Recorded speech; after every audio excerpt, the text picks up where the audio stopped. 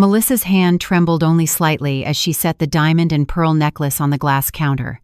The lights above caught the facets and sent sparks across the showroom, drawing curious glances from other customers. "I'd like to sell this," she said, voice smooth, practiced. "Mr. DIL?" Carter, the seasoned jeweler, leaned forward with interest, but his brow furrowed when Claire, his assistant, examined the clasp with her magnifying lens. Her breath caught. "Sir, look, the initials, M.H." She raised her eyes slowly, stunned. "This belongs to Margaret Hayes." The air in the shop thickened. Carter straightened, his gaze sharpening on Melissa. "Are you telling me you're pawning off Mrs. Hayes's heirloom? This is a six-figure piece. Do you realize what you've done?" Melissa's face drained of color, her lips twitching into a forced smile. "It was my grandmother's," she insisted weakly. Carter slammed his ledger shut. "Enough lies. I'm calling Margaret right now." That was the moment everything collapsed, the instant my family's fragile veneer cracked and the betrayal I had quietly feared burst into the open. Hours earlier, before my phone rang with Carter's urgent voice, my life had felt almost ordinary. I had woken in my quiet house, brewed a pot of coffee, and lingered at the kitchen window, watching autumn leaves scatter across the lawn. At 67, I had grown used to solitude, the kind that comes after a husband passes and children scatter across their own busy lives. My son Daniel still visited often, sometimes with his wife Melissa, but our relationship had become complicated in ways I hadn't wanted to admit. The necklace Melissa had tried to sell was not just another trinket from my collection. It was the centerpiece of the Hayes heirlooms, a string of South Sea pearls framed by diamond clasps, appraised at nearly $150,000.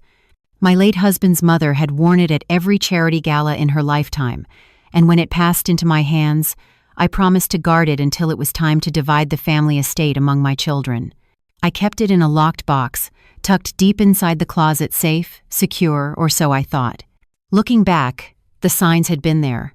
Melissa's lingering stares whenever I wore a piece of jewelry to church. The way she once remarked, too casually, that the necklace would look stunning on someone younger. I laughed it off, but her ambition had always been sharp, edged with resentment that she had married into a family with wealth, yet had no control over it. Daniel adored her, blind to the flicker of calculation that often shadowed her smile. I had never wanted to be the suspicious mother-in-law. After all, Daniel was 35, old enough to make his own choices, and Melissa was outwardly devoted, keeping their home immaculate and playing the part of dutiful wife. But beneath the surface, there was a hunger in her eyes, the kind of hunger that no amount of gifts or dinners out could satisfy. On the morning of the theft, I opened the safe, intending to polish the necklace before a community gala, my hands stilled on empty velvet.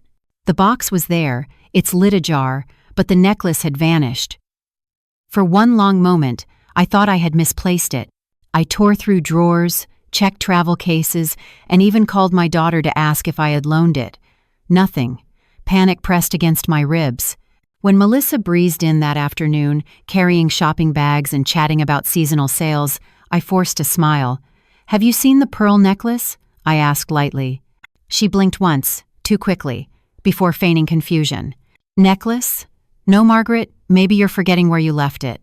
The words cut deeper than she knew, forgetting. As if I were already sliding into senility, too feeble to keep track of my treasures. Daniel, standing behind her, frowned at me, not at her. "Mom, you worry too much," he said gently. "I'm sure it will turn up." But I knew better. I knew the hollowness in Melissa's tone, the edge in her glance, and the faint perfume of deception that clung to her. What I did not know until Carter's phone call hours later was that my suspicion was no longer just fear. It was a fact. She had not simply taken a necklace. She had tried to erase the boundary between what was hers and what belonged to generations before her. And as I sat frozen with Carter's voice still ringing in my ear, one truth crystallized. This was not merely about a piece of jewelry. This was about loyalty, greed, and the moment a daughter-in-law revealed that she had never been family at all. The silence after Carter's call weighed heavily than any storm. I sat at my kitchen table, the phone still in my hand, staring at the half-drunk cup of coffee that had long gone cold. My pulse hammered with disbelief and fury. Melissa had actually done it. She had taken what wasn't hers and marched into a jewelry store as though no one would question her story.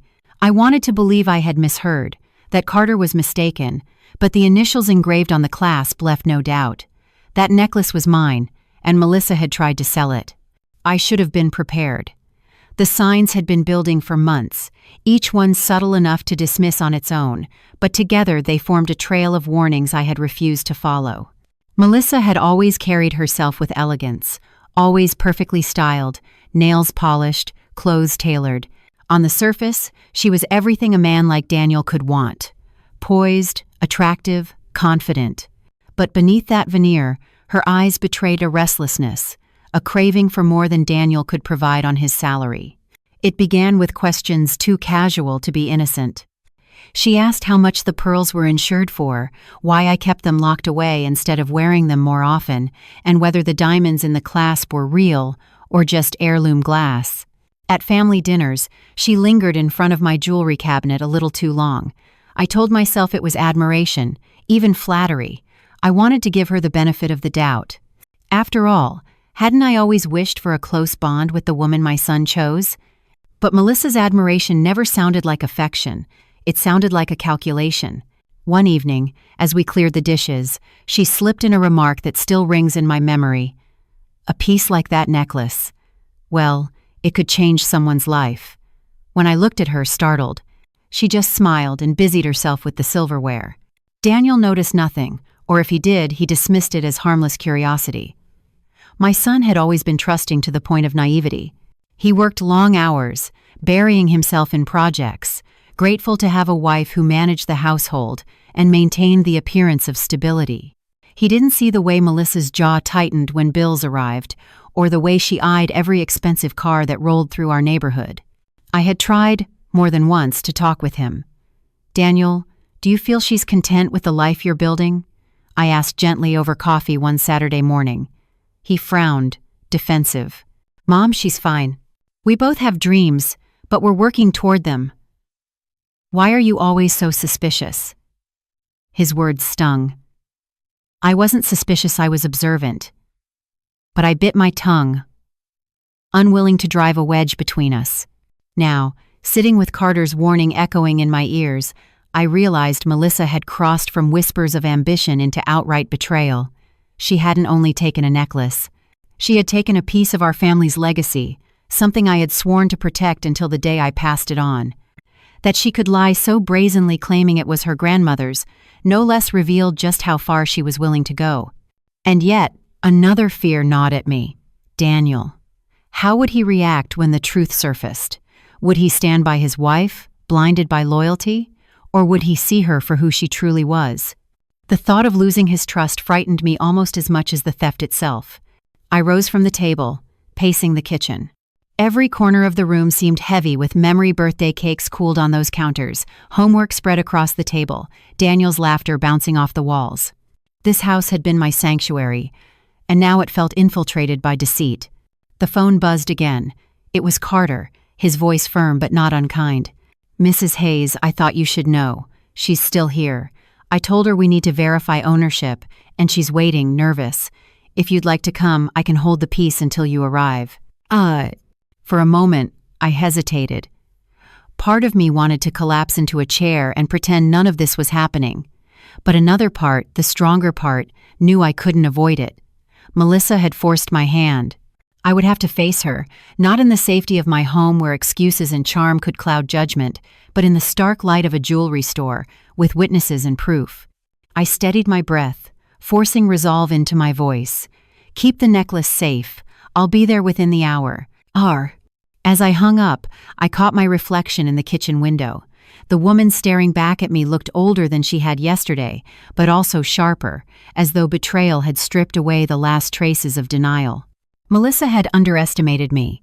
She thought I was just a weary widow clinging to old traditions, but she was about to learn that I hadn't survived loss and loneliness by being weak. I grabbed my coat, my keys, and the determination that had carried me through every storm before this one. The reckoning had begun. The bell above the jewelry store door chimed softly as I stepped inside, but the air was anything but gentle. Every gaze in the room seemed to pause and follow me, though the weight of one pair of eyes burned hotter than the rest. Melissa stood at the far counter, her posture stiff, arms crossed tightly against her chest. The necklace, my necklace, glimmered on the velvet pad between her and Mr. Carter. For a moment, it was as if time folded in on itself, dragging me from the safety of my morning routine into a confrontation I had never imagined. "Mrs. Hayes." Mr. Carter's voice broke the silence. He straightened behind the counter, his expression respectful but grave. "Thank you for coming on such short notice. We have a situation." I nodded, forcing my feet to carry me closer. I gathered as much. Melissa's smile was thin, brittle, like glass about to crack. "Margaret," she said lightly, though the tremor in her voice betrayed her. "What a surprise. I was just selling my property?" I cut in, my tone sharper than I intended. Heads turned from across the showroom, and Melissa's cheeks flushed crimson. Her eyes darted toward Daniel's absence, as though she could will him into the room to shield her. But he wasn't here, and I was. For once, she had no buffer, no way to twist her version of reality into Daniel's ears before mine. Claire, the young assistant, stepped forward hesitantly, holding the magnifying lens she'd used moments earlier. "Mrs. Hayes, the clasp bears your initials. We wanted to confirm before proceeding." I leaned closer, and there it was, the tiny, careful engraving my husband had commissioned decades ago, M.H., etched into the gold. Proof. The sight of it both steadied and shattered me. This necklace had survived generations of hands, yet it had almost slipped into the wrong ones out of sheer greed. Melissa tried again, words tumbling from her lips like dice thrown in desperation. "I was only bringing it here for appraisal. I thought, maybe I could surprise Daniel with something special. A new home fund, or—" Mr. Carter's palm slammed gently but decisively onto the counter, silencing her excuses. "This is not an appraisal visit. You asked for a cash offer. And you insisted it belonged to your grandmother." His eyes, cold and direct, pinned Melissa in place. "That's fraud." A nervous laugh bubbled from her throat. "Oh, come on. Don't make it sound so serious. Families share things. Margaret probably meant to give it to me. Didn't you?" She turned to me, her smile wide, pleading, the same smile that had charmed Daniel into blind devotion. But today, it no longer worked. "No," I said firmly, my voice carrying through the store. "I never permitted you to touch this necklace, let alone sell it. You stole from me." Gasps rippled through the onlookers. Melissa's mask slipped, her expression hardening into something sharper, darker. For a heartbeat I saw the truth of her, the hunger, the resentment, the audacity. "Do you really want to do this here?" she hissed under her breath, though her words still carried. "In front of strangers? You'll humiliate your own son." Her attempt at manipulation only stiffened my resolve. "The only humiliation here is yours," I replied, "and Daniel will know everything. He deserves to." Mr. Carter cleared his throat. "Mrs. Hayes, I can hold the necklace in safekeeping until the authorities are contacted if you'd prefer." His meaning was clear: press charges, and Melissa would face the law. Melissa's eyes widened, panic breaking through her composure. "No, please, Margaret. Don't drag the police into this. It was a mistake. Just a mistake. I was desperate. I studied her, this woman who had married my son, eaten at my table, smiled in family photos. Desperation might explain hunger, even rash choices, but it did not excuse betrayal. And it did not erase the lies she had spun to make me doubt my own memory, my own sanity. "You will return home," I said evenly, "and you will explain yourself to Daniel. Tonight. If you don't, I will file a report first thing tomorrow." Melissa opened her mouth to argue, but Carter spoke first, his tone firm. "She means it, young lady. And if you try to sell this piece elsewhere, you'll find every jeweler in town already knows it's stolen." Melissa's shoulders slumped, her bravado crumbling. She snatched up her purse, glaring at me with eyes that promised retaliation rather than remorse. "You'll regret this," she whispered as she brushed past me toward the door. I watched her go, my body trembling not from fear but from the release of tension that had coiled inside me. The necklace lay gleaming on the counter, safe once more, though forever tainted by the touch of betrayal. Mr. Carter slid it carefully into a velvet pouch and placed it in my hand. "I'm sorry, Mrs. Hayes," he said softly. "You deserve better than this kind of treachery." I clutched the pouch against my chest, nodding with gratitude. "Thank you for stopping her. Without you, I might never have known." But as I stepped back into the crisp evening air, one thought haunted me. Melissa hadn't apologized. She hadn't even admitted guilt. Instead, she had left with a threat. And I knew this was only the beginning of a battle I had never wanted, but one I would have to fight, for the sake of my son and for the dignity of our family. By the time I pulled into my driveway, the evening sky had already faded into indigo. I sat for a moment with the car still running, gathering myself, clutching the velvet pouch that held the necklace. My heart was still racing from the confrontation at the jewelry store, but a colder fear had taken hold. Melissa would not sit quietly and accept defeat. She would go straight to Daniel, and she would do what she did best, spin her version of events before I had a chance to speak. Sure enough, when I stepped through the front door, I could hear voices coming from the living room. Melissa's voice was high-pitched, trembling, perfectly tuned for sympathy. Daniel's was deeper, strained with confusion. I closed the door softly, but both of them turned toward me. "There she is!" Melissa exclaimed, springing from the sofa as if she had been waiting to pounce. Her eyes glistened with carefully summoned tears. "Margaret, please, tell Daniel what really happened. Tell him you didn't mean to humiliate me like that." Daniel's gaze snapped to me, filled with concern and something sharper suspicion. "Mom, Melissa just told me you embarrassed her at Carter's shop. You accused her of stealing in front of strangers?" I stared at him, stunned by the speed of Melissa's manipulation. She was fast, faster than I had anticipated. I forced my voice steady. "Daniel, she wasn't embarrassed because I accused her. She was embarrassed because she was caught. She tried to sell my necklace." Melissa gasped as though I had slapped her. "That's not true. I told you, Daniel. I was only trying to have it appraised. I thought maybe we could, I don't know, use it toward a down payment for a new house, a future for us. I never meant to upset your mother." She reached for his hand, clutching it like a lifeline. "Appraisal?" I repeated, my tone colder than I intended. "You asked for a cash offer. Mr. Carter told me himself. And you claimed it belonged to your grandmother. That's fraud, Melissa, plain and simple." Daniel's brow furrowed, his gaze flicking between us like a referee caught in the middle of two fighters. "Melissa said you misunderstood, Mom. That may be you're overreacting. You've been under a lot of stress lately." There it was, the knife in the ribs. Melissa had planted the seed of doubt long ago, suggesting I was forgetful, maybe even losing touch with reality. And now she was watering it with crocodile tears. "Daniel," I said carefully, stepping forward, "look at this." I pulled the velvet pouch from my bag and opened it, revealing the necklace. The diamonds sparkled in the lamplight, but my focus was on the clasp. "See these initials? M.H. They stand for Margaret Hayes. That's proof it's mine." For a moment, Daniel leaned closer, studying the engraving. Doubt flickered across his face, but Melissa was quick to recover. "Yes, of course it has her initials. She gave it to me as a promise, a way to welcome me into the family. She probably forgot. She forgets things sometimes, Daniel. Don't you remember when she lost her keys for a whole week?" The audacity of her lie left me speechless. She had taken the truth and twisted it into something ugly, turning my own moments of human error into weapons. "Melissa," I said finally, my voice steel, "I never gave you this necklace. And if you continue this charade, I will not only go to Daniel, I'll go to the police."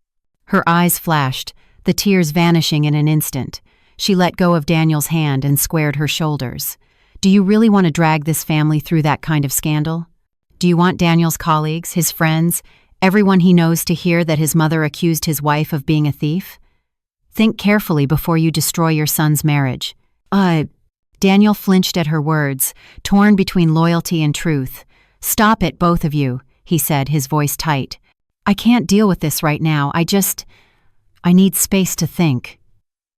He raked a hand through his hair, the same gesture he used as a boy whenever he was overwhelmed. Melissa seized the opportunity, softening her voice, painting herself as the victim once more. "All I wanted was to build a life with you, Daniel, and now your mother is trying to paint me as some kind of monster." She looked at me, her expression sharp beneath the mask of sorrow. "You may have won at the store, Margaret, but this isn't over." She stormed upstairs, leaving silence in her wake. Daniel sank into the sofa, his face buried in his hands. I stood in the doorway, my chest heavy with grief. The necklace felt heavier too, as though it carried not only diamonds and pearls but the crushing weight of betrayal. I wanted to reach out to my son to remind him of the bond we had always shared. But I could see the confusion in his eyes, the war between the woman he loved and the mother who had raised him. And I knew with a chill that sank to my bones that Melissa had only just begun her campaign. The next morning, I woke to a hollow quiet that seemed to stretch across the entire house. The sun had barely risen, and the pale light filtered through the curtains, soft but unforgiving. I carried my coffee into the kitchen and found the folded note on the counter, Daniel's handwriting. "Mom, I need to clear my head. Melissa and I are taking some time to talk. Please don't make any decisions until I get back." My stomach sank. He hadn't even signed his name, just scribbled it down like a man running from a fire. Melissa had gotten to him. She had spun her web of words and now had my son tangled in it, dragging him away before I could tell him everything. I tightened my grip on the mug, anger burning away the fog of fatigue. This wasn't just about a necklace anymore. This was about control. Melissa knew exactly how to play her part. Gentle wife, misunderstood daughter-in-law, dutiful partner, and Daniel, with his loyal heart and desperate need to believe the best, was falling for it. By mid-morning, the phone rang. It was Claire from the jewelry store. "Mrs. Hayes," she said cautiously, "I hope I'm not intruding. Mr. Carter asked me to call. We thought you should know that Melissa was at the shop again this morning." My breath caught. "Again?" "Yes. She came alone this time, tried to argue that the necklace had been hers all along, said you were confused, that you were unwell." Claire hesitated. "We didn't believe her, of course, mister." Carter escorted her out, but she made quite the scene before leaving. I thanked her, my voice calm though my hands shook as I hung up. So that was Melissa's next move, to question my sanity. She wanted to paint me as forgetful, delusional, too fragile to tell fact from fiction. That way she could explain away the theft and undermine my credibility in Daniel's eyes. It was clever. Cruel, but clever. And if I didn't act soon, she might succeed. Later that day, Daniel returned. He looked worn, his eyes shadowed, his jaw tight.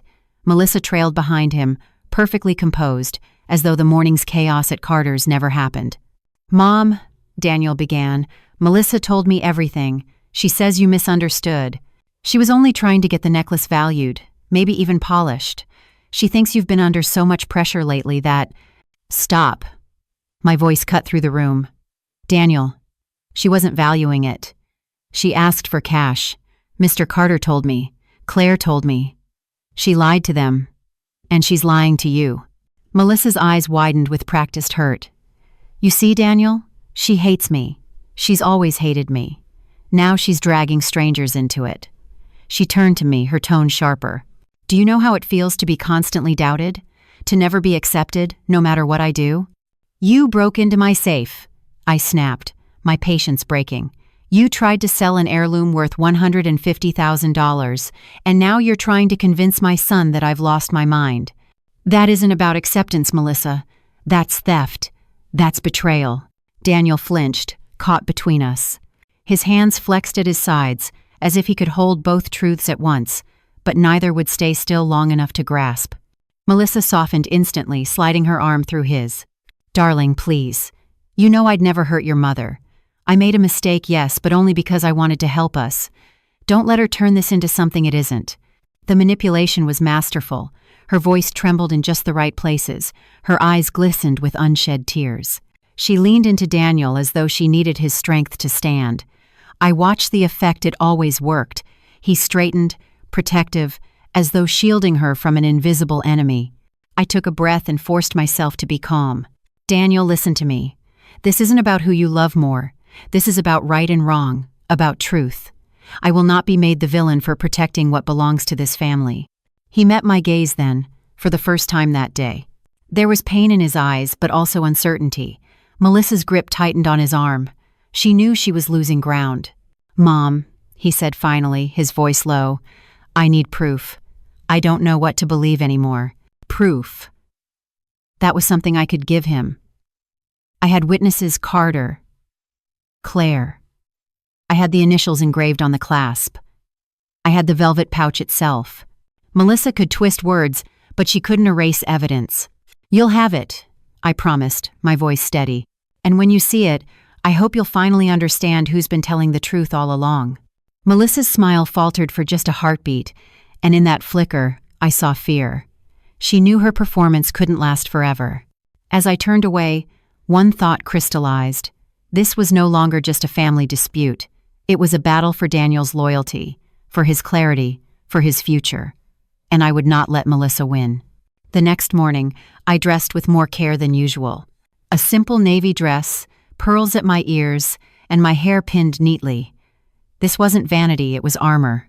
If Melissa was going to paint me as unstable, I would show Daniel and anyone else watching that I was composed, credible, and prepared. My first stop was Carter's jewelry. The shop bell chimed as I entered, and both Carter and Claire looked up from behind the counter. Relief flashed across Claire's face. Mrs. Hayes, Carter greeted warmly, extending a hand. We've been expecting you. I'm afraid things at home have become complicated, I said carefully. Daniel wants proof. He doesn't know what to believe. You'll have it, Carter assured. He reached beneath the counter and lifted a folder. Inside were photographs of the necklace, close-ups of the clasp with my initials, and the signed intake form Melissa had scribbled when she thought no one was watching. It listed her name, a false story about her grandmother, and her request for an immediate cash offer. Claire thought it best to make a record, Carter explained. She's meticulous, thank heaven. Claire flushed, but stood tall. We didn't want her to twist the story later. I also saved the surveillance footage from that day. It shows her placing the necklace on the counter, asking how quickly she could get cash. The timestamp is clear. I exhaled, the tension in my chest loosening for the first time in days. You've given me exactly what I need. Carter's expression hardened. I'll say it again, Mrs. Hayes. If you choose to involve the police, you'd be well within your rights. I shook my head. Not yet. My priority is Daniel. He needs to see the truth for himself. After that, we'll see. Armed with the folder, I drove home. My hands trembled on the steering wheel, not from fear but from adrenaline. Today would decide everything. Either Daniel would finally see Melissa for what she was, or he would choose to blind himself and cling to her illusions. When I pulled into the driveway, I saw their car already there. My pulse quickened. Inside, the house buzzed with low voices. Daniel sat at the kitchen table, his laptop open but forgotten, while Melissa leaned against the counter, arms folded, her face a mask of wounded dignity. She looked up as I entered, her eyes narrowing when she spotted the folder in my hands. Well, she said coldly, I suppose this is the grand presentation, dragging strangers into family business? Strangers who saved me from losing a piece of our family's legacy, I corrected. I placed the folder gently on the table before Daniel. You asked for proof. Here it is. Daniel hesitated before opening it. His eyes scanned the photographs first, then the intake form with Melissa's handwriting sprawled across the page. He swallowed hard. Melissa, this is your signature. Hi. She straightened, her voice suddenly brittle. They must have forged it. Or maybe I signed something without realizing. They tricked me. I almost laughed at the absurdity, but Daniel's stricken expression kept me silent. He flipped to the next page, where a still image from the security footage showed Melissa at the counter, her purse open, her hand gesturing toward the necklace. Melissa, Daniel whispered, his voice breaking. Why? Her mask cracked then. The wounded daughter-in-law act slipped, and something sharper gleamed beneath. Why? She snapped. Because I'm tired of living like this. Scraping by while your mother sits on treasures worth more than we'll ever earn. Do you know how humiliating it is to smile politely while she flaunts what we can't have? That necklace could have given us a real start, Daniel. A house of our own, a business, freedom. Her words hung in the air, poisonous and raw. Daniel stared at her as though seeing her for the first time. You stole from my mother, he said, his voice low but firm. You lied to me. You lied to everyone. Melissa's eyes filled with desperate fire. I did it for us, she cried. Everything I've done is because I love you, because I want more for us than this small, pitiful life." She reached for his hand, but he pulled it away. The silence that followed was deafening. I could feel Melissa's fury radiating across the room, but it was no longer masked by charm. For the first time, Daniel saw the hunger that had always lurked beneath her polished surface. I spoke quietly, not gloating, not triumphant, simply resolute. "Daniel, this isn't about money. It's about trust," and she shattered it. He nodded slowly, his eyes never leaving Melissa. "I need time to think," he said, rising from the table. His voice was steady now, but his shoulders sagged under the weight of betrayal. He left the room without another word. Melissa turned on me then, her expression venomous. "You think you've won, don't you?" she hissed. "This isn't over. I won't be cast aside like some servant. You'll regret crossing me, Margaret." I held her gaze unflinching. "The only thing I regret," I said softly, "is that I ever welcomed you into this family." She stormed out, her footsteps echoing up the stairs. I stood alone in the kitchen, the necklace safe in my drawer once more, but my son's marriage hanging by a thread. Proof had exposed the truth, but truth, I realized, was only the beginning of the battle. 2 days passed in uneasy silence. Daniel buried himself in work, retreating into his office and leaving meals half-finished on the table. I gave him space, hoping the evidence I had shown would settle in his mind, but I could feel Melissa's presence upstairs like a storm cloud, waiting to break. It didn't take long. By Thursday morning, whispers had already reached me. A neighbor stopped me at the mailbox, her expression awkward. "Margaret, I heard you've been under a lot of stress lately. Melissa mentioned you were struggling to keep things straight. I just wanted you to know I'm here if you need help." The words cut sharper than any knife. Melissa had wasted no time planting her seeds. If she couldn't erase the proof of her theft, she would discredit me instead. By painting me as unstable, forgetful, maybe even senile, she could twist the narrative back into her favor. Inside, I found Daniel in the kitchen, scrolling on his phone with a furrowed brow. He looked up guiltily when I entered. "Mom, did you really tell Mrs. Whitaker that Melissa stole the necklace? She says Melissa came by yesterday in tears, saying you accused her of terrible things." I inhaled slowly. "Daniel, I didn't gossip with anyone. I showed you the evidence.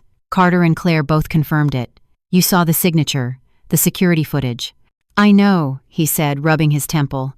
"I know what I saw. But Melissa insists she was pressured, that she panicked, that she never intended to sell it. And now she says you've been exaggerating, telling people she's dangerous. Dangerous." The word stung, because though I hadn't said it aloud, I had thought it. Her lies weren't just careless, they were strategic, aimed to isolate me, to chip away at my credibility until even Daniel couldn't tell which way was up. Later that afternoon, I went into town to pick up groceries. At the market, I caught 2 women whispering near the produce aisle, their eyes darting toward me. One of them, a woman from the church, gave me a pitying smile. "It must be so hard, Margaret, having memory problems at your age. Melissa said you've been misplacing things." I tightened my grip on the cart. Misplacing things. That was her story now that I had misplaced a necklace worth $150,000, accused her out of paranoia, and dragged everyone into my imagined drama. I finished my shopping quickly, my face burning as I left. At home, I found Melissa in the living room, perched gracefully on the sofa with a mug of tea in hand, as if she were the rightful lady of the house. She smiled sweetly when I entered. "Margaret, you look tired," she said. "I've been telling people not to worry, that you're just overwhelmed. It's a shame, really. People can be so cruel when they think an older woman is losing her mind." Her words were honeyed, but her eyes glinted with triumph. I realized then that she wasn't just protecting herself, she was waging war. If she could convince enough people that I was unreliable, then any truth I spoke would sound like delusion. "Melissa," I said evenly, "you can tell whatever stories you like, but lies have a way of circling back." She laughed softly. "Lies? Oh, Margaret, perception is everything. Daniel's colleagues, our neighbors, even the church ladies, they all believe I'm the one suffering here. You're the bitter widow, clutching pearls and attacking the woman who only wanted to love her son." The audacity made my blood run cold. She was not only stealing my reputation, she was rewriting the story of my family. That evening, Daniel confronted me again. His expression was torn, his voice weary. "Mom, people are talking. I don't know who to believe anymore. I want to trust you, but—" He trailed off, shaking his head. I touched his arm, forcing him to meet my gaze. "Daniel, you have the proof in front of you. Melissa's words are smoke. They vanish when the wind blows. Don't let her convince you that the fire you saw with your own eyes was just mist." He swallowed hard, caught between two worlds, the world of truth and the web Melissa spun around him. That night, as I lay awake in my room, I understood the depth of her cunning. Melissa wasn't just trying to steal jewelry. She was trying to steal my voice, my credibility, my very place in this family. And if I didn't fight back, she might succeed. But as I stared into the dark, one thought anchored me. The truth is heavier than lies, and no matter how hard she tried to bury it, the weight of what she'd done would crush her eventually. Still, the question gnawed at me. How many people would she wound along the way? By Saturday afternoon, the storm Melissa had stirred was no longer a whisper, it was a gale. I learned quickly just how far her reach extended. Friends from church called to check on me, their voices lined with concern, as though I were an invalid in need of monitoring. Even the clerk at the pharmacy, who had known me for years, asked if I was managing okay at home. The sting of humiliation settled deep in my bones. Melissa was succeeding in her campaign. She had painted me as the confused widow, lashing out at the young, beautiful wife. That evening, the house filled with voices again. Melissa had invited 2 of Daniel's colleagues for dinner without consulting me. I heard them before I saw them, laughter floating down the hall as she poured wine and spoke in her most gentle tones. By the time I entered the dining room, the story was already spinning. "She's been under so much stress," Melissa was saying, dabbing at her eyes with a napkin. "I know she doesn't mean it, but it hurts to be accused of something so awful. I'd never betray Margaret.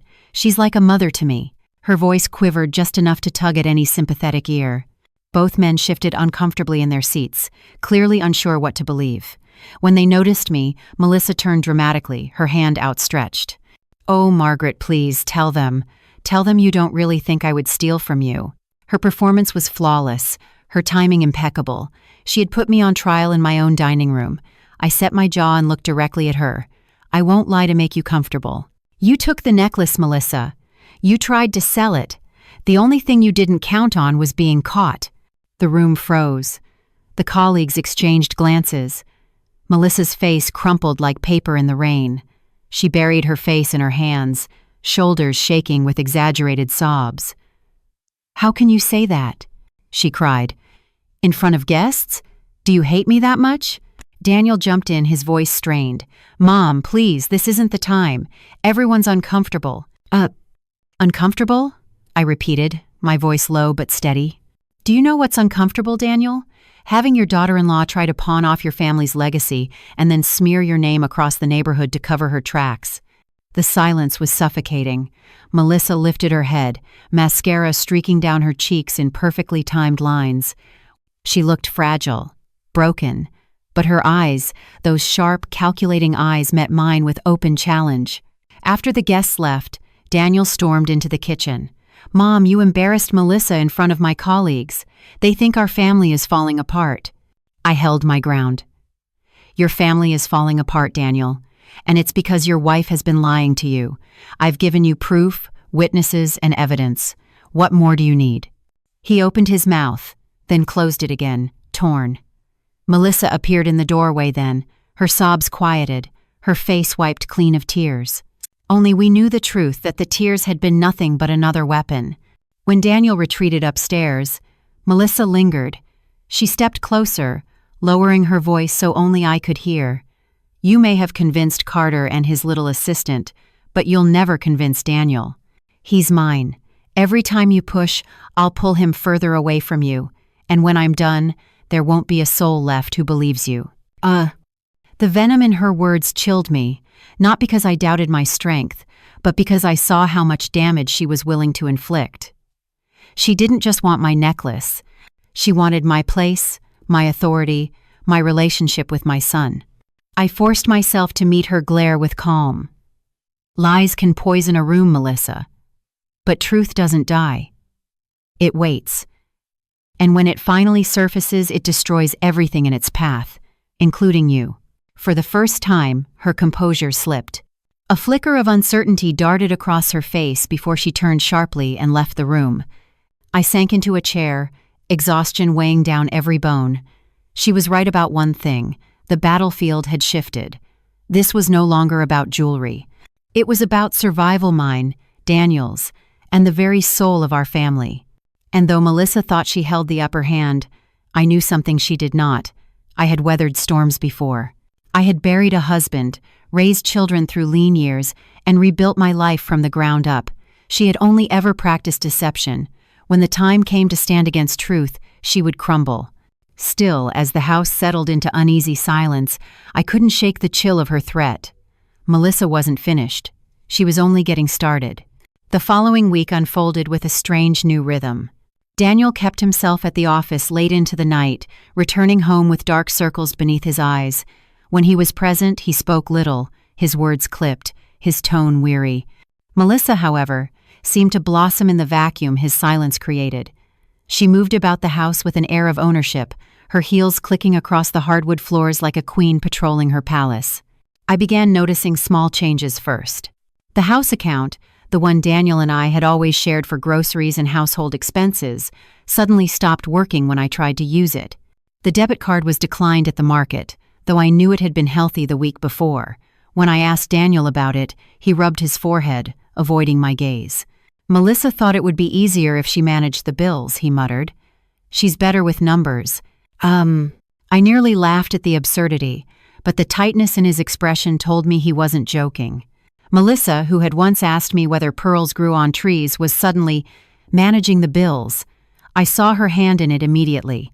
She was tightening her grip, step by calculated step. That evening, I overheard them in the kitchen. Melissa's voice was soft but insistent. "We need to streamline things, Daniel. It's inefficient to have your mother meddling in finances. She's retired. She should be relaxing, not worrying about money." "Meddling?" Daniel's voice was uncertain, but Melissa pressed on. "You know I only want what's best for us. If we ever want to buy a house, start a business, or even think about children, we need control. I can't build our future with your mother looking over my shoulder." Her words were carefully chosen, equal parts flattery and poison. By the time Daniel left for work the next morning, his shoulders slumped and his briefcase heavy. I could see the strings Melissa had tied around him pulling tighter. Over the next few days, packages began arriving at the door: expensive dresses, new shoes, luxury handbags. I watched in silence as Melissa carried them upstairs, her laughter ringing out like a victory bell. She never glanced at me, but I could feel the message in every step. I'm in charge now. The final straw came on Friday afternoon. I had been preparing dinner, something simple that Daniel always loved, when Melissa appeared in the doorway with a slip of paper in her hand. "You'll need to find another way to shop from now on," she said sweetly. "Daniel and I agreed you shouldn't worry about finances. Here's a small allowance for your personal needs." She set down an envelope containing a handful of bills, no more than a week's worth of groceries, and smiled. "This is generous considering your age. You don't have to carry the burden anymore." I stood frozen, a wooden spoon in my hand, the insult searing hotter than the pot simmering on the stove. "Allowance?" I echoed. "Yes," she said smoothly. "It's better this way. You can focus on gardening, volunteering, whatever it is you do. Leave the real work to us." I wanted to scream, to throw the envelope back in her face, but I held my breath, steadied myself, and slipped the money into my apron pocket. "Thank you, Melissa," I said calmly, though my chest burned with fury. Her eyes flickered with surprise, just for an instant, before she recovered. She had expected me to fight, to rail against her control. Instead, I gave her nothing to twist into another tale for Daniel. That night, I sat in my room and opened a small wooden box I kept hidden in the back of my dresser. Inside were letters, bank statements, and deeds proof of the assets my late husband had left in my name alone. Melissa thought she was choking me by seizing Daniel's paycheck, but she didn't know the true breadth of our family's wealth. The necklace had been a test, and she had failed spectacularly. Still, I knew this was no longer a matter of money. It was a battle for Daniel's soul. Melissa wasn't satisfied with the control of accounts or jewelry. She wanted me erased, diminished until I no longer stood between her and complete dominance. As I folded the papers back into the box, I whispered to myself, "You can have the money, Melissa, but you will never have my son." And in that quiet vow, I realized the war had shifted once more. She thought she had tightened the noose, but she had underestimated the strength of a mother who had nothing left to lose. The suggestion came on a Sunday evening, delivered as casually as if Melissa were commenting on the weather. We had just finished dinner, roast chicken and potatoes, though Daniel barely touched his plate. Melissa set down her glass of wine, folded her hands, and smiled sweetly at him before turning her gaze on me. "Daniel," she began, her voice soft and deliberate, "don't you think it might be time for us to have our own space?" The fork slipped from my hand and clattered against the plate. The sound seemed to echo through the room. Daniel shifted uneasily, but Melissa pressed forward, her tone honeyed. "We're newly married. We need privacy, room to grow. And as much as I love your mother," her eyes flicked toward me, glinting, "living under the same roof has been difficult for all of us." I stared at her, incredulous. She was sitting in my dining room, in the house I had built with my late husband, eating food from my kitchen, and she dared to suggest I should leave? Daniel cleared his throat. "Melissa, this is Mom's home. She's lived here for decades." Melissa reached across the table, touching his arm lightly, her voice dripping with false concern. "I know, darling, and of course Margaret deserves comfort in her later years. But think about what's best for us. Don't you want to start a family? Build something of our own? It's not fair to keep living like children under your mother's roof." Her words landed like blows, each one carefully crafted. She wasn't just asking Daniel to imagine independence, she was painting me as the obstacle, the reason he hadn't yet achieved the life he wanted. I leaned forward, my voice calm but firm. "Melissa, this house is not just four walls, it is the heart of this family. Every memory Daniel cherishes, his childhood birthdays, his father's laughter, holidays spent by the fire lives within these walls. You may think of it as a stepping stone, but it is my home. And it always will be." For a flicker of a second, I saw her mask slip, her lips curling into a sneer before she smoothed it back into place. "Of course, Margaret," she said sweetly. "I only meant that perhaps you might enjoy something quieter, a smaller place closer to your friends. We'd even help with the move." Daniel dropped his head into his hands. "Please," he muttered, "can we not do this right now?" But Melissa wasn't finished. After dinner, I overheard them in the living room. Her voice was hushed, intimate, but sharp enough to carry through the hallway. "She undermines me every chance she gets, Daniel. Can't you see? She'll never accept me. How are we supposed to raise children in a house where your mother calls me a thief? We need boundaries. We need our own life." Daniel murmured something I couldn't make out, his voice torn and weary. I retreated to my room, my hands trembling as I closed the door. She was escalating, moving beyond whispers to outright exile. And the worst part? Daniel was faltering. I had seen it in his eyes at dinner, the pull of loyalty to me, and the push of his wife's relentless campaign. Later that night, there was a soft knock at my door. Daniel stood there, his expression heavy with guilt. "Mom," he began, "Melissa, she just wants us to have a chance. I don't know what to do. I feel like I'm being torn in half." I touched his arm gently. "You are not torn, Daniel. You are being manipulated. She wants you to believe this house is a cage, but it is not. It's a foundation. And foundations don't crumble just because someone wants more space for themselves." He looked at me, pain etched in every line of his face. "I don't want to choose between my wife and my mother." "Ugh." "You're not choosing," I whispered. "You're seeing the truth. And truth isn't about sides, it's about what's right." When he left, I sat alone, listening to the quiet hum of the house around me. The walls seemed to breathe with memory, holding the echoes of laughter, the scent of Sunday dinners, and the sound of Daniel's childhood footsteps running down the hall. This home was more than mine, it was part of him too, whether Melissa admitted it or not. But as I extinguished the lamp and settled into bed, I knew one thing with chilling certainty. Melissa would not stop. She wanted me gone, erased, and she would twist Daniel's heart until he pushed me out himself. And so, I resolved that if she was preparing for war, then I would no longer sit defenseless. I would fight, not with shouting or slander, but with the quiet power of truth. Because this was my home. And no one, not even the woman who claimed to love my son, was going to take it from me. The announcement came at breakfast, disguised as joy. Melissa floated into the kitchen with her hair perfectly curled and her cheeks flushed with a glow that seemed rehearsed. She pressed a hand against her flat stomach, eyes glistening, and declared, "Daniel, I think we're going to have a baby." Daniel froze mid-sip of his coffee, nearly spilling it on the table. A baby? His voice cracked, disbelief wrestling with hope. "Yes," she whispered, her eyes shimmering with carefully conjured tears. "I took 2 tests this morning, both positive." The mug slipped from Daniel's hand, shattering on the tile floor, but he didn't notice. He surged forward and wrapped his arms around her, laughter breaking from his throat. "Melissa, oh my God, that's incredible." I sat there, motionless, my spoon suspended above my bowl. The timing was too perfect, too suspicious. Just days after pressing Daniel to force me out, Melissa suddenly discovered she was carrying his child. She turned to me then, her smile angelic, her tone layered with honey.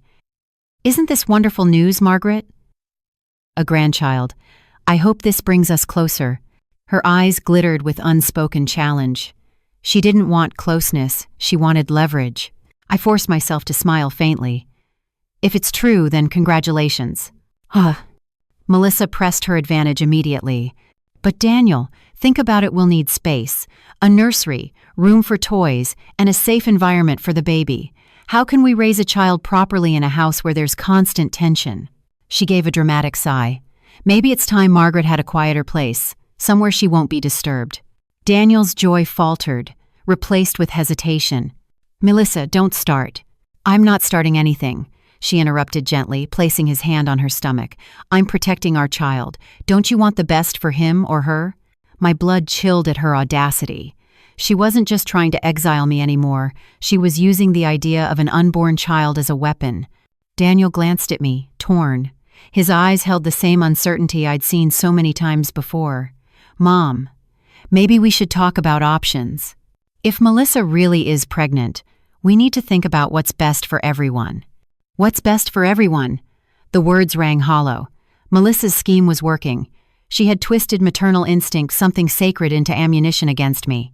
After breakfast, she left for a doctor's appointment. I watched from the window as her car disappeared down the street. My gut screamed that she wasn't heading to any clinic. Hours later, Daniel retreated to his office, leaving me alone in the kitchen.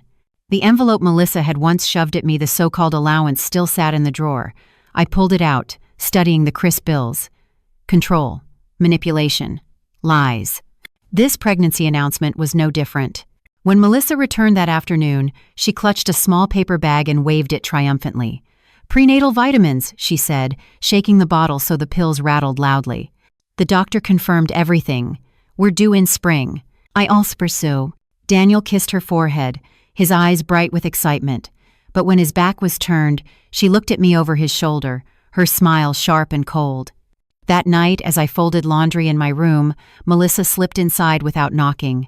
She closed the door behind her, leaning against it, her voice low and venomous. "You should start packing, Margaret. With a baby on the way, this house will be mine. Daniel will choose me, as he should.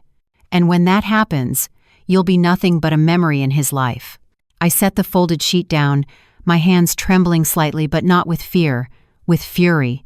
"If you are truly carrying my grandchild," I said evenly, "then you owe that child honesty, not manipulation. But if you're lying, Melissa, lies have a way of unraveling." She chuckled darkly. "By the time anyone realizes, it won't matter. Daniel will already be mine completely." When she left, the silence felt heavier than ever. For the first time since this nightmare began, I realized the depth of her cunning. She was no longer playing defense. She was seizing the board, piece by piece. I sat on the edge of the bed, the necklace box resting on my nightstand, its weight a reminder of everything I had fought to protect. If Melissa thought she could strip me from this house and from my son's life by dangling the illusion of a child, she was sorely mistaken. Because if there was one thing I had learned in all my years, it was this: truth always wins. And I would find a way to expose her lies, even if it meant tearing apart the fragile piece of this family once and for all. I couldn't sleep that night. Every time I closed my eyes, Melissa's triumphant smile burned in my mind, her hand resting on her still flat stomach as though she already carried the crown jewel of the Hayes family. A child, my grandchild. If it were true, the thought should have filled me with joy. But instead, all I felt was dread. The timing was too neat, her story too rehearsed. Melissa was clever, but not careful. Lies always leave loose threads, and I intended to find them. The next morning, while she lingered upstairs getting ready, I slipped into the kitchen. Her purse sat on the counter, half-zipped, the paper bag from the pharmacy tucked inside. I hesitated only a moment before pulling it out. The label on the bottle read prenatal vitamins as she'd claimed, but the date caught my eye. It had been purchased weeks ago, long before her dramatic announcement. My stomach twisted. I placed the bottle back exactly as I found it and poured myself a cup of coffee, my mind racing. She hadn't been to a doctor yesterday, that much I was certain. She had simply retrieved an old bottle to sell her story. Later that day, I called the clinic where she claimed she'd had her appointment.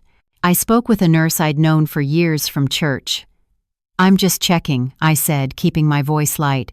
"Did my daughter-in-law Melissa Hayes have an appointment yesterday?" The pause on the other end told me everything. "No one by that name was seen here," the nurse said kindly. "Perhaps she went somewhere else?" I thanked her and hung up, my suspicions hardening into certainty. Melissa wasn't pregnant. She was running a long con, and she thought she had the upper hand. That evening, I decided to probe. At dinner, I asked casually, "Melissa, how did your appointment go? Did the doctor give you a due date?" She looked up sharply, her fork pausing midair. For a heartbeat, she was caught. Then she recovered, smiling sweetly. "Yes, everything's perfect. They estimate spring." Daniel looked at her with glowing admiration, utterly convinced. I pressed again, tilting my head. "Which doctor did you see?" "I'd love to send flowers. A new life is such a blessing." Her smile faltered. "Oh, just a new doctor. You wouldn't know him. Very busy practice. I doubt he even takes calls." Daniel didn't notice her stumble, but I did, and so did she. Her eyes narrowed at me across the table, silently warning me to stop. After dinner, Daniel went to his office to work, leaving Melissa and me alone in the kitchen. She began rinsing dishes, her movements brisk. Finally, she turned, water dripping from her hands. "I know what you're doing," she hissed. I met her glare without flinching. "If you are pregnant, the truth will show soon enough, and if you're not, that truth will show too." Her lips curled. "By then it won't matter. Daniel already believes me. By the time anyone doubts, he'll be too far gone. He'll defend me no matter what you say." Her confidence chilled me, but beneath it I sensed desperation. She was doubling down because she knew the truth was fragile. When she left the room, I pulled out my phone and began to draft a message to Daniel's sisters. Emma and Sophia lived in different states, but they loved their brother fiercely. They had been distant during this storm, unsure what to believe, but it was time to bring them into the fold. I typed, "There are things about Melissa you need to know. Come home soon. We must talk in person." I sent the message with trembling fingers, knowing that reinforcements were the only way forward. Melissa had been clever enough to isolate me, but she would not be able to silence three of us. Before bed, I stood at the window, the necklace resting in its box on my nightstand. Its diamonds caught the faint light, and I thought of the women who had worn it before me, strong, stubborn women who had endured wars, poverty, and heartbreak, yet never surrendered their dignity. That necklace was more than an heirloom. It was a reminder that strength ran through my bloodline, and Melissa would not be the one to break it. As I turned off the light, I whispered to the darkness, "You think you've trapped me, Melissa, but you've underestimated the power of a mother's resolve, and the truth, you cannot bury it forever." By the time the weekend arrived, both Emma and Sophia had come home. Emma, my eldest, a pediatrician with a sharp eye and sharper instincts, stepped into the house first, her stethoscope still tucked into her bag from the airport. Sophia, the younger, a lawyer whose voice could slice through any courtroom, followed close behind. Their presence filled the house with a strength I hadn't felt in months. Daniel greeted them with weary relief, but Melissa stood stiff by his side, her smile stretched thin. "What a surprise," she said, her tone brittle. "We weren't expecting company." "Oh, we couldn't wait any longer," Emma said, hugging her brother and then me. Mom said there were concerns. Her eyes flicked toward Melissa, cool and assessing. Sophia set her bag down with a decisive thump. We thought it was time to get the truth straightened out. For everyone's sake. Melissa's smile faltered. She excused herself to the kitchen, muttering something about tea, but I could see the flush creeping up her neck. That evening, we gathered in the living room. Daniel sat on the couch, wringing his hands. Melissa perched beside him, her posture perfect, her expression one of wounded dignity. I sat in my armchair, Emma and Sophia standing like sentinels at my side. Emma spoke first, her tone calm but pointed. "Melissa, I hear congratulations are in order. You're pregnant?" "Yes," Melissa replied quickly, pressing Daniel's hand. "We just found out. Isn't it wonderful?" Sophia tilted her head, her eyes narrowing. "Which doctor confirmed it?"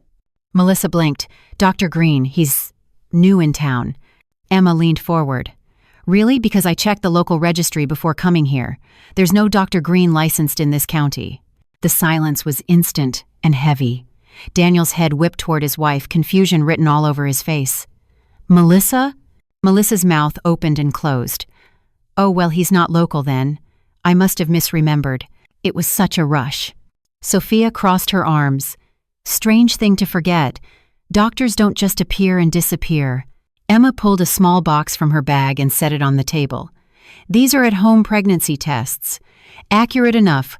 Why don't you take one now? We'll wait." Melissa's composure cracked, her voice trembling with indignation. "How dare you question me like this? I don't need to prove myself to you." Daniel looked torn, his eyes darting between his sisters and his wife. "Melissa, maybe just to reassure everyone." "No!" she snapped, standing abruptly. "I won't be treated like a criminal in my own home." "It's my home," I said quietly. My voice cut through the tension. "And no one asked you to lie your way into it." Melissa's gaze shot toward me, blazing with fury. "You've poisoned them against me," she hissed. "You'll stop at nothing to make me look like a thief, a liar." "Because you are," Sophia interjected firmly. "First the necklace, now a pregnancy that doesn't exist. Do you think Daniel is blind forever?" Emma's voice softened as she turned to her brother. "Danny, I've treated dozens of women in early pregnancy. I know the signs. She has none of them. And she lied about her doctor. That's not confusion, that's deceit." Daniel buried his face in his hands, groaning. "Melissa, tell me this isn't true, please." For a moment, the room held its breath. Melissa's mask trembled, then cracked completely. Her eyes filled not with tears of innocence, but with the sharp gleam of rage. "Fine," she spat. "So what if I'm not pregnant yet?" "I will be. And when I am, this house, this family, everything will be mine. You'll all regret treating me this way." Daniel recoiled as though struck. His sisters gasped. And I, though I had expected it, still felt the sting of her audacity. She had built her entire scheme on a foundation of lies, and now that it was crumbling, she clung to the rubble with claws bared. "Melissa," Daniel whispered, his voice breaking, "I don't even know who you are anymore." She turned on him, desperate now. "I'm your wife, the only one who truly loves you. Don't let them tear us apart." But the plea rang hollow. Daniel's shoulders sagged, his eyes clouded with grief. He stood slowly, his voice heavy with finality. "I need time. Alone." He left the room, his footsteps dragging like a man carrying the weight of two worlds. Melissa stood there, trembling with fury, her fists clenched. She glared at me, then at my daughters, before storming upstairs, the slam of the door rattling the frame. The three of us remained in the living room, the air thick with both relief and dread. The lies were unraveling, yes, but I knew Melissa was far from finished. A cornered woman with ambition as sharp as hers could be more dangerous than ever. Still, for the first time, I didn't feel alone. Emma and Sophia were here, standing with me, and together, we would protect Daniel even if it meant tearing Melissa's web of lies apart thread by thread. Melissa's last strike came swiftly. By the following week, whispers had spread beyond the neighborhood. At church, at the market, even at the cafe, people approached me with hesitant glances, murmuring, "I hope you're feeling better, Margaret. We heard you've been confused lately." It was Melissa's handiwork. Of course, her final attempt to discredit me before Daniel could see the truth. She wanted me silenced, humiliated, and cast aside. But this time, I didn't stand alone. Emma and Sophia had gathered with me at a community luncheon, a place Melissa clearly thought was safe ground. She swept in gracefully, her voice pitched for sympathy. "It's been so hard," she told a group of women, feigning tears. "Margaret isn't herself anymore. She accused me of terrible things, but I just pray she finds peace." The room hushed as Emma rose, her doctor's badge still clipped to her coat. "With respect, Melissa," she said firmly, "our mother is perfectly sound. What she is a victim of your lies." "How?" Sophia stepped forward, unfolding copies of Carter's report, the photos of the necklace, the signature, and the time-stamped footage. Gasps rippled through the crowd. Melissa's face drained of color. She stammered, searching for a way out, but the evidence was undeniable. The carefully spun mask she had worn for months shattered in front of everyone. And in that moment, I didn't need to say a word. The truth spoke louder than I ever could. Melissa fled the luncheon in silence, her reputation crumbling as quickly as her schemes. Daniel, watching from the back, finally understood. The betrayal was no longer hidden, it was undeniable, and it was hers alone to bear. In the weeks that followed, the storm finally broke. Melissa vanished from our lives as quickly as she had entered, leaving behind nothing but broken trust and the bitter echo of her lies. Daniel, though devastated, began to heal. He spent long evenings on the porch with me, listening rather than defending, finally seeing the truth he had once refused to believe. Emma and Sophia returned to their own lives, but they called often, their voices warm with reassurance. "You're not alone, Mom. Not ever again." For the first time in months, I slept peacefully, no longer haunted by the fear of what might be taken from me next. The necklace, polished and gleaming, rested once more in its velvet box. But it no longer felt like just an heirloom. It had become a symbol not of wealth, but of endurance. It reminded me that truth can be buried, smeared, twisted, yet it always rises. Lies collapse under their own weight, but truth stands. I looked at Daniel one evening, his eyes clearer than they had been in months, and whispered, "We will be okay." He nodded, the pain still raw but healing. Melissa had tried to strip me of dignity, family, and home. She had failed. Because betrayal, no matter how vicious, cannot destroy the bond of a mother's love or the strength of truth. If this story moved you, don't forget to like, share, and subscribe for more powerful family betrayal stories. What do you think? Should Margaret have pressed charges? Or was it enough to let the truth speak for itself? Tell us in the comments, we want to hear your thoughts.